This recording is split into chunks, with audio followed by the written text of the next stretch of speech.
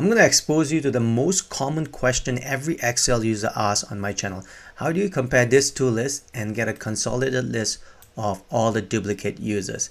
Of course, we can employ the good old conditional formatting. If you right click on here and you go duplicate and then select duplicate value, and conditional formatting always works with coloring and changing the format of the cell. Well, this is not exactly what you want. You wanted the list of duplicate users. So this is how you do it. You say equal COUNTIF. First argument on the COUNTIF is always has to be bigger. The number of elements in your data set or column has to be bigger than the second one. Just keep that in mind. And then close parenthesis and hit enter. This will give you an array of ones and zeros. So this one means that this particular user exists in column B.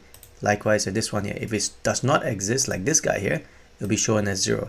So now you have a list of ones and zeros, or true and false, and you can use this to your advantage if you encapsulate this COUNTIF with a filter function. And the first argument on the filter function will be your user1 list, comma, because this is the array of ones and zeros was for user1 list, comma. Second argument will be your COUNTIF and close parenthesis and hit enter, and you can see that you do get a list of users that is actually duplicate between column A and column B.